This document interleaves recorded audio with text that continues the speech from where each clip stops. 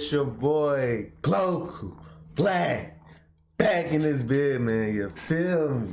Today we reacting to some Jimmy High Roller. You dig? It's probably the GOAT of NBA YouTube right now. You feel me? Without further ado, let's get straight to the video. The 10 insane facts about the NBA that just may blow your mind, boy. Early days of the NBA, things were Trash. see in your life.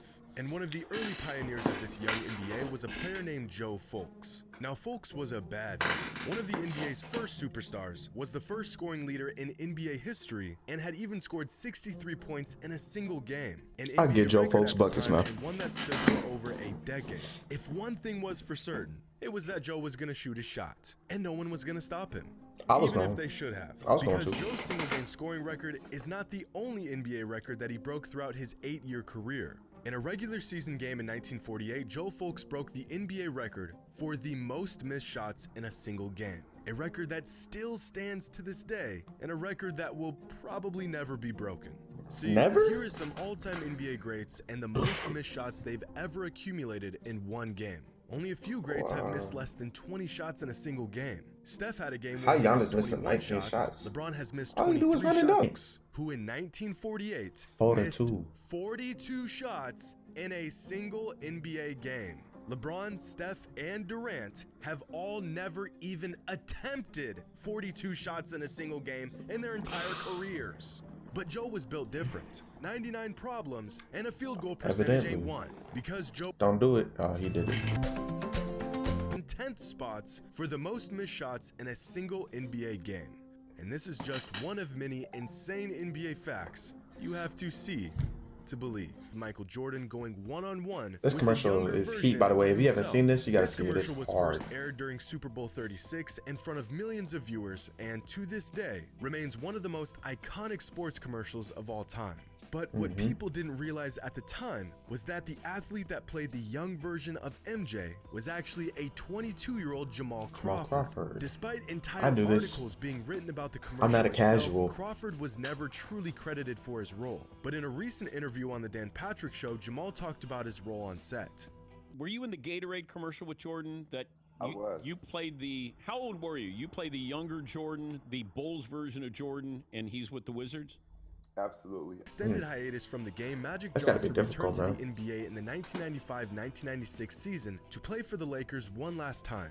His return didn't last long, and he retired for good in June of 1996. You want to know what else happened in June of 1996? The Lakers acquired some 17-year-old kid named Kobe Bryant and signed superstar Shaquille O'Neal. Which means NBA fans were one season away from seeing a trio of Magic, Shaq, and Kobe all on the same team. That would have been so nasty. That's crazy. I didn't know that was a thing. Now, for younger NBA fans, it feels like LeBron has been around since pretty much the dawn of time. In fact, for a lot of fans of the NBA, they've never seen a league without LeBron James. And that's because LeBron has been in the NBA for longer than he hasn't been in the NBA. I know, that sounds a bit weird, so let me explain. LeBron was 18 years and 303 days old when he was drafted into the NBA. And as of today, LeBron has been in the NBA for 19 years and 48 days. They're made up an absurd 30% of all seasons in NBA history. The man was a distance. I ain't gonna lie, I thought he was about to say that man played for 73 years. I was like, 10, 11, 12 father-son duos in the NBA. Yes, you heard that correctly. Vince Carter was in the NBA for so long that he played the father and the son of 12 different NBA families. Now, if you had... Imagine Vince Carter just take your ankles, nasty blowing past you and say, yeah, get crossed up like your daddy used to, boy. Each player has the highest offensive rating in NBA history. Who would you guess? Jordan, LeBron, Steph? Maybe Shaq or Kareem, maybe even throw in a wild card guess like Jokic or Giannis. Well, it really doesn't matter, Because I can guarantee with 100% certainty your guess is wrong. No offense, it's just that the current record holder is literally the last guy you would expect. Larry Bird. Rudy Gobert. What the Steph, Durant, and MJ are all very close with career offensive ratings of about 117, and Rudy Gobert, the offensive juggernaut, tops every player in NBA history with an offensive rating of 127.4. Some advanced stats are How is really that good. even calculated, Not quite bro? sure if this is a streak of 183 games in a row without a single bad game. That's nearly 2.5 seasons straight of good basketball without a single bad game along the way. The next closest good game streak was set by Shaq from November of 1996 to April of 1999, a span of 152 games. LeBron had a streak of 132 games, Joel Embiid with 68 games, and Giannis Antetokounmpo with 44 games. I feel like Giannis would have more, bro. An active NBA player that has set an NBA record that will never, ever be broken. More unattainable than Wilt's 100-point single-game record or Stockton's career assist record is LeBron's streak of regular season games with double-digit scoring.